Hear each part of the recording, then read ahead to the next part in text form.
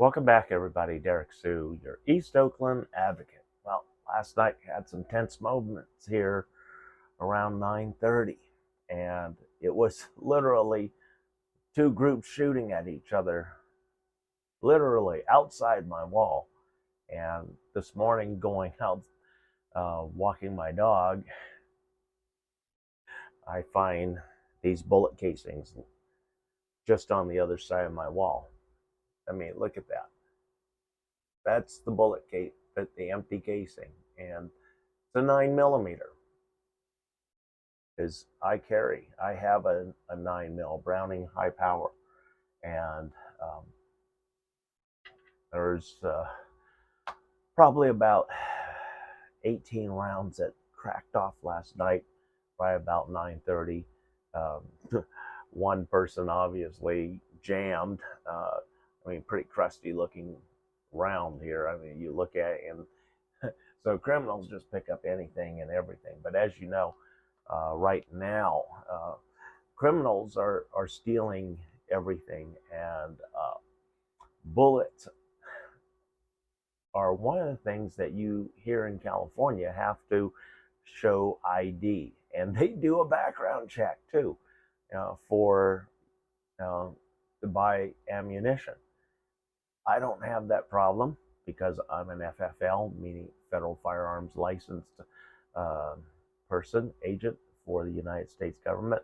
So I can order uh, ammunition of whatever my choosing is. And so I have a special type that I use, and it was approved by FBI for my carry.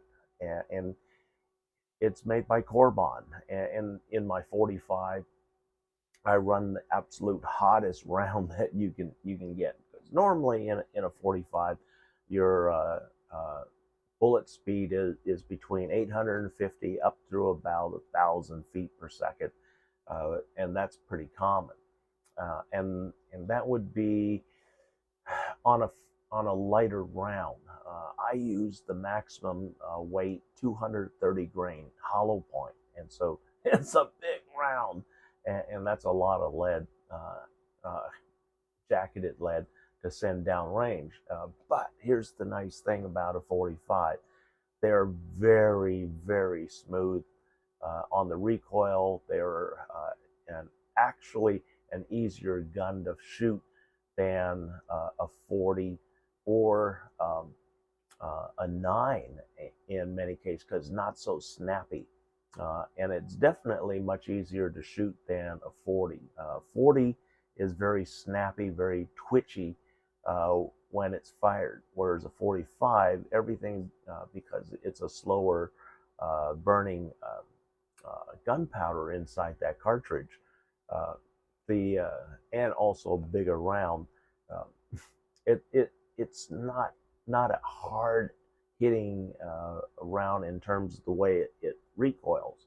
But anyway, this gunfire here in East Oakland, it's nightly, and last night we had just had friends leave here, some acquaintances, not of mine, but of my associate here, and they had just left, and we were concerned that it might have involved our guests being robbed or something, but fortunately they had already left, and when the gunfire erupted, and what was surprising is that we didn't notice any police officers showing up here after the gunfire.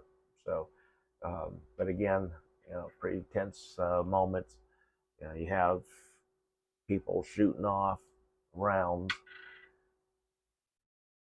literally. That's why I have a steel building. Plus, it's has reinforcement on it, so it'd take some hard hits, if you know what I mean. But we're ready for them. This is Last night was, like I said, very tense, especially when we're looking outside the fence line. We look at the cameras and don't see anything, but that doesn't mean that there isn't anything. So a lot of places to hide. in the neighborhood and have nasty ambush. But gang warfare has been going on for many, many years here. There's several different groups that live on 76th Avenue and Spencer. That was the last big bust right around 2019, and well, actually, yeah, 2019.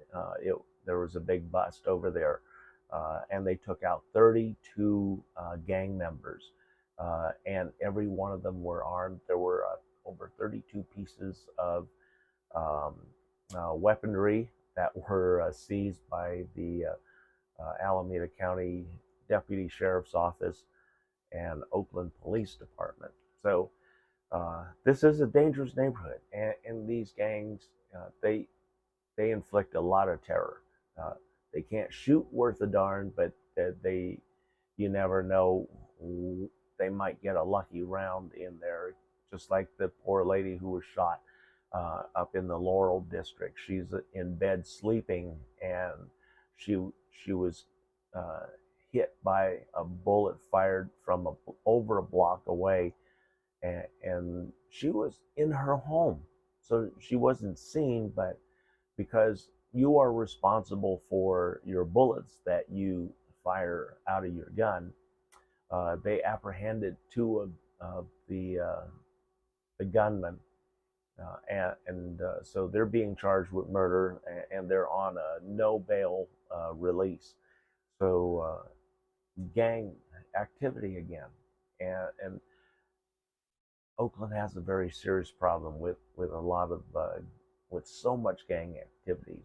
You have the black gangs, you have the Hispanic gangs, and then you have the other different gangs. You have the white gangs, then you have the Asian gangs. So I don't know what to say, folks. You know, I know these are dangerous times we live in. Uh, I don't. I always tell people, do not go outside your doors at night. Once the sun goes down, you need to be inside, especially during these cold evenings and dark evenings. They get dark really quick because the sundown is right around 5 o'clock these days. And I'm going to be showing you some techniques here where you can actually take people by surprise who may be attacking you, even if they're armed. Thanks for joining me. We'll be right back.